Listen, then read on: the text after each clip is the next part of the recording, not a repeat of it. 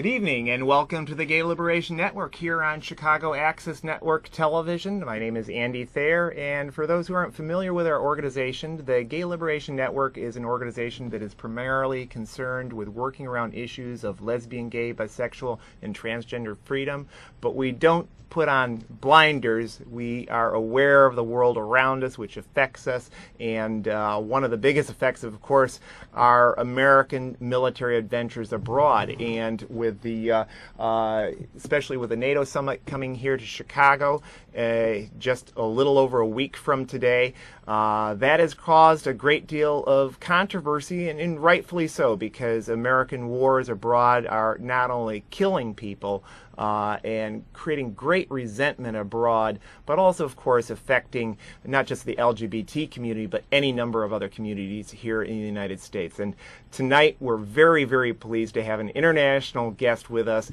Elsa Rassbach, who just flew in from Germany. Yes. A little jet-lagged, perhaps, but she has kindly consented to be with us here tonight. Elsa has a number of credits to her name. She is, as you can tell from her garb, perhaps, a member of Code Pink, of the German section, and we're very proud of our Code Pinkers here in Chicago. She's also with the War Resisters League International, the German section, if I'm getting that correct. Yes, I'm on the board there. Yeah. Yes, and also with the International Coordinating Committee of the NATO network. And NATO has, of course, been doing lots of things in Europe about the same issue that many of us here in Chicago have been involved in. So, Elsa, why don't you just share with our viewers why you came to Chicago? Well, this is will be my third demonstration at a NATO summit. We had a very large demonstration in Strasbourg in France in April of 2009 for the summit there, and a part of the demonstration was in Kiel, Germany, across the Rhine.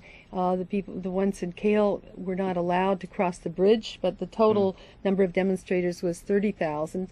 And this was the first effort to create an international network, as it were, around the issue of NATO in recent times, because there have been, as I would love to tell this audience, some very significant protests against NATO in Europe much earlier, for example, in the 1980s. But going forward now in this phase, where there is a protest, that protest in Strasbourg had a lot to do with NATO trying to permanently define its mission to be able to go anywhere in the world. And that is what is somewhat new about today's NATO. Right. And that No to NATO, the International Coordinating Committee No to NATO, is just a network. Actually, the organizations like War Resisters League, or in Germany it's called War Resisters International, the DFG-VK, forget that, and it is, and other organizations, grassroots organizations, a broad spectrum, are the ones who are really organizing at the bases and organizing all over Europe. And they came together in this network for this one demonstration. And they have remained in the network, some more active than others, you know, as just a communication form. The next big demo that I was at against a summit, NATO summit, was in Lisbon, and that was in November of 2010, and that was organized also with 30,000 people. It was a strong grassroots effort driven by the Portuguese unions, many community groups, Portuguese Communist Party, which is still very strong there, and had also some international participation.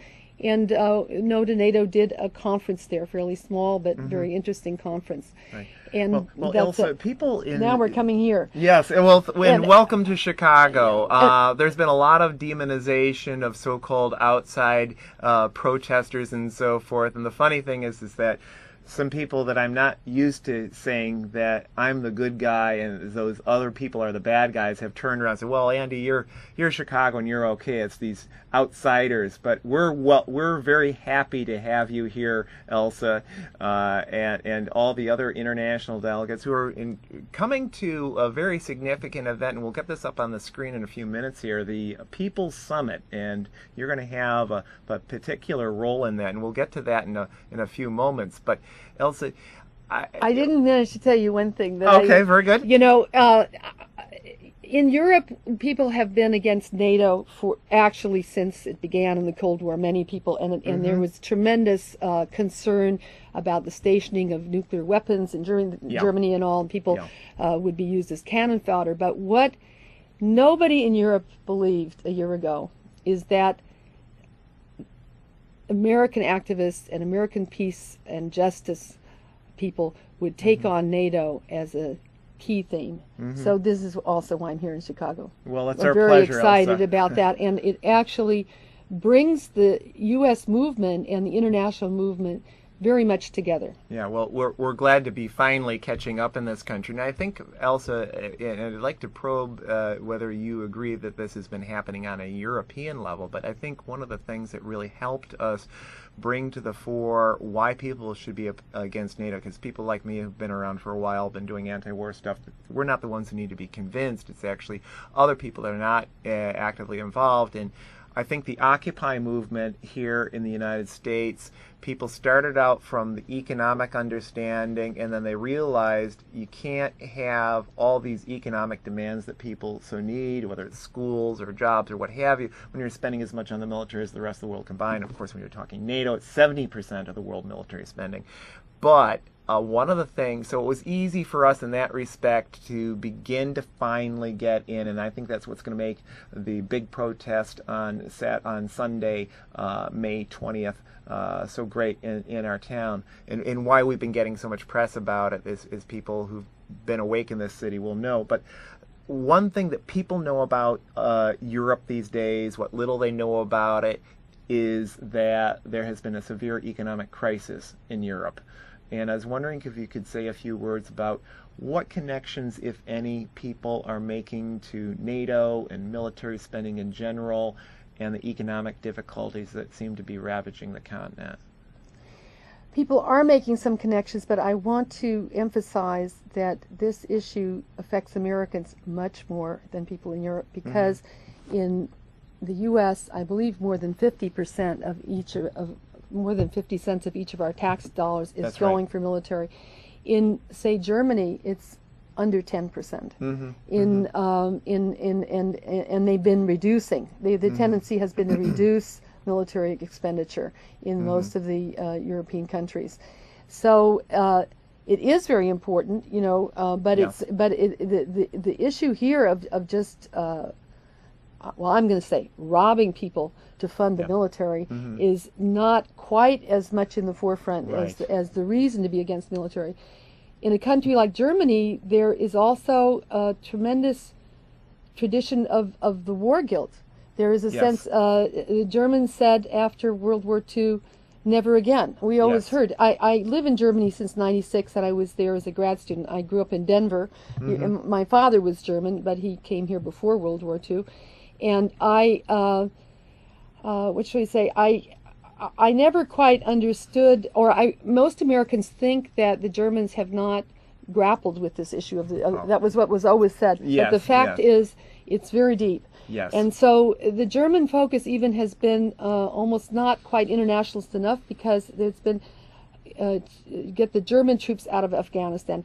Germans cannot be involved in foreign wars. So there's much more of a moral base, as there's some economic, but that's a great starting point. Even though you may want to see it going beyond Germany per se, Elsa, because one of the great difficulties we have here in not just Chicago and Illinois, but the United States in general, is what I refer to as the narcissism, where people are only concerned about violence, in this case, whether violence from protesters or violence from police officers, and they ignore the violence of NATO, which far eclipses and people are resentful at the fact that we're probably going to have a lot of troops of various sorts, or police officers in very military-looking garb over the next few weeks.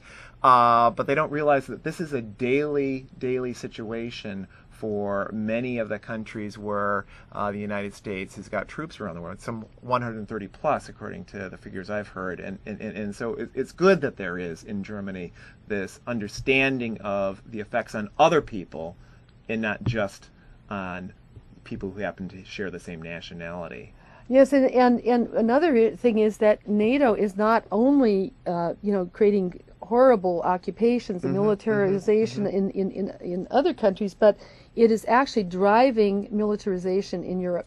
As one example, the German military, up until about a year ago, was required service, but you could do, and about half of young Germans did do alternative service, social and so forth.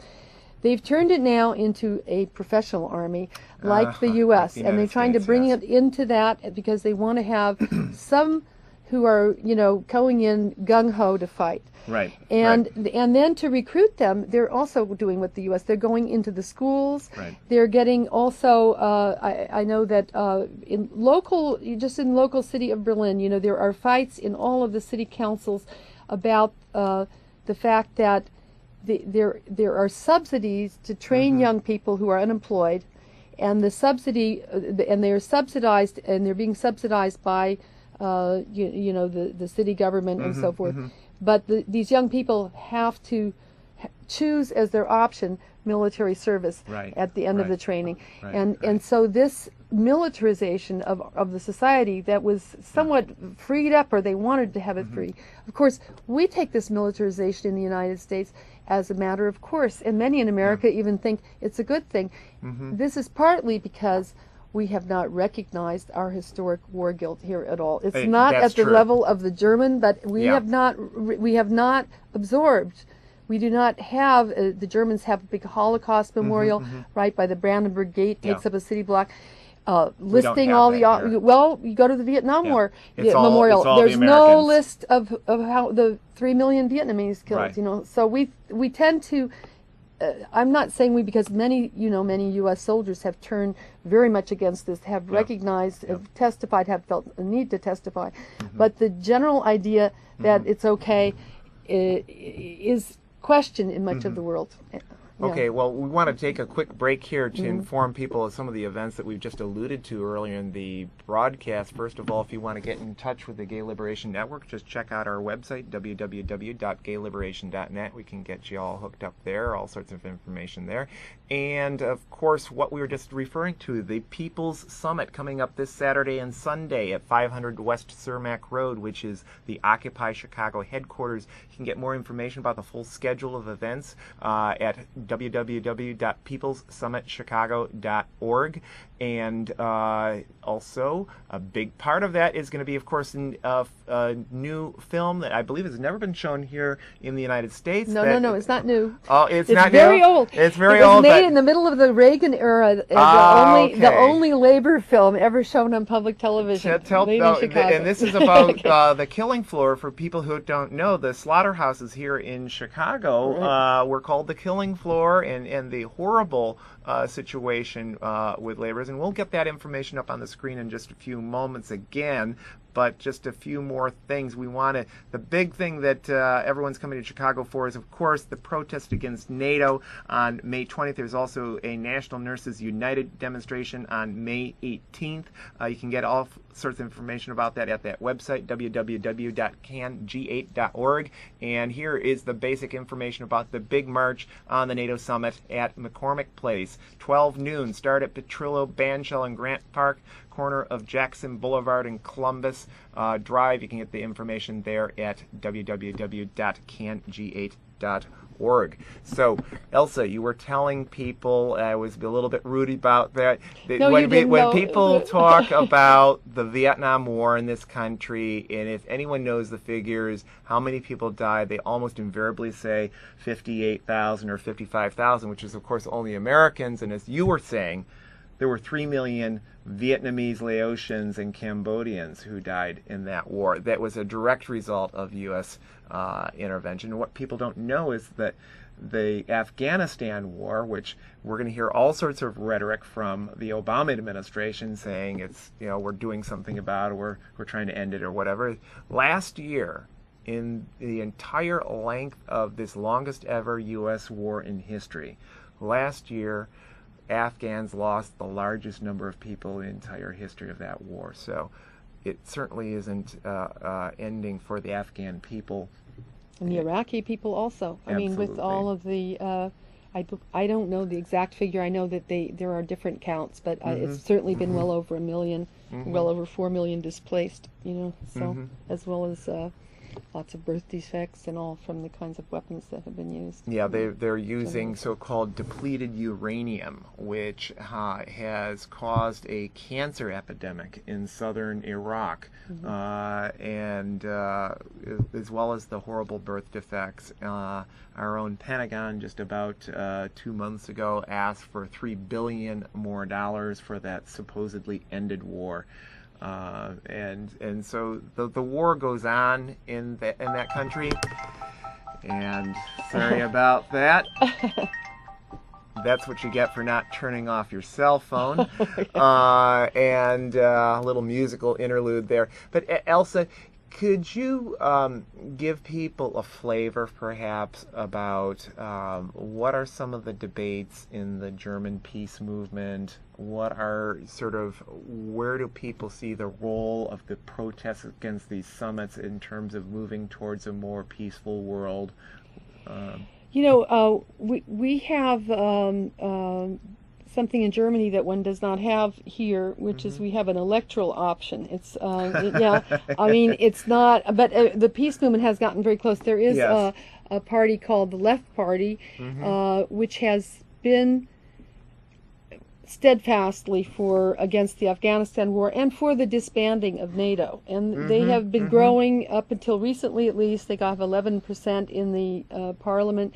So so the peace movement in Germany is partly involved with this electoral party trying to get it reelected. Yeah. We just have pro-war candidates here. Well, and we have, though, also in Germany, not to be unfair to the other parties, there are some good individuals in the Green Party, in the Social Democrats, who will speak out, who are similar to, say, a Barbara Lee in the Democratic Party, but not any who have a firm platform, against war.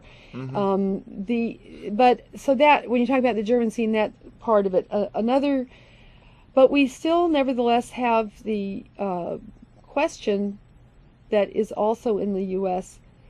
that we could elect with majorities against these wars. Germans have been 70% against the Afghanistan war for years. Yes. I think in the U.S. it's 60 or close to 70% as well for withdrawal. Yeah, it's between 50 and 60. So, yeah. There was the tremendous vote against the Iraq war that I consider was at the 2006 congressional election where there was overwhelming. Oh right? yeah, and the unresponsiveness, the lack of responsiveness. Yeah. I mean, even the German Green Party, which later has been supporting the Afghanistan war, was originally a peace party that emerged out of the student movement of the 60s and so on. Right. So so there's a question, I feel, and I think many feel, there's a question of whether the parliamentary systems we have, why are the politicians not listening to the people and getting elected and not actually making these changes? This we're grappling with in Europe as well, even though we have this electoral option. Well, and people thought they had that electoral option in this country until Barack Obama escalated George Bush's wars. I mean, a lot of people were fooled in 2008, and I think that people have learned that lesson. One of my big goals for the protests against NATO coming up on May 20th and May 18th is that people here in the United States relearn the lessons that they learned in Chicago in 1968, and that is to give up on both major parties as a road to peace, and realize that however difficult it is, if you're going to get social justice, if you're going to get peace, it's going to have to come from regular folks such as ourselves, Right. working together with each other across issues, across communities. That I believe, Chicago 68, with the brutality meted out by the Democratic Party, people gave up on both parties at that stage. And yes, Richard Nixon came into office, and he was as bloodthirsty as any American president we've ever had. But because there was a peace movement in the streets, he was forced, against his will, to wind down the Vietnam War. He wanted to drop a nuclear weapon on North Vietnam, but he was not able to do it. People weren't fooled by the rhetoric, and they realized that, regular folks such as ourselves, we're going to have to get into the streets, and we're going to have to force this change. And so I think there are a lot of people who are very ripped off by what they see as a con game, because at least the Republicans are honest when they say they're for war. So maybe the German movement is going through some of the same process that we hope that is happening here.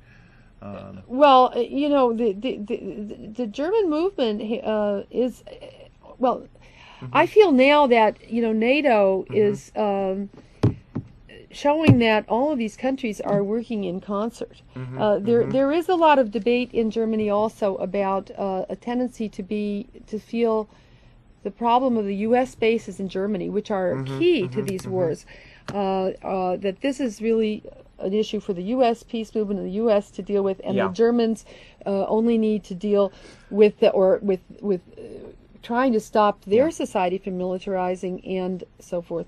But I think if we can bring together the concepts that and one other thing is, for many years, Europe was totally against the Afghan war, and the U.S. peace movement was focused only on the Iraq war, and was saying, because 9/11, So anyway, now we have a chance to bring them together. Okay. We're going to unfortunately have to cut off our conversation there, but if you want to catch more of Elsa and her international colleagues, please do come to the People's Summit this Saturday and Sunday, 500 West Cermak Road. You can get more information at www.peoplessummitchicago.org. And of course, her film, it's going to be airing at 7:30 p.m. at that same address, The Killing Floor. It's a Chicago film, believe it or not. And it's won awards at Sundance. It was at Cannes, has Alfred Woodard, Moses Gunn, and first film directed by Bill Duke. Worth seeing. So check it out Saturday night, 500 West Cermak. And of course, we've got the big protests against NATO coming up. More information at that website, www.can8.org, 12 noon Sunday, May 20th. And just a few closing announcements. The next meeting of the Gay Liberation Network is first Wednesday of each month, always at the Burger Clark Park Cultural Center, corner of Sheridan and Granville. And our next show is going to be on Friday, June 8th. Please check that out. And finally, a few thanks to those who helped us out tonight.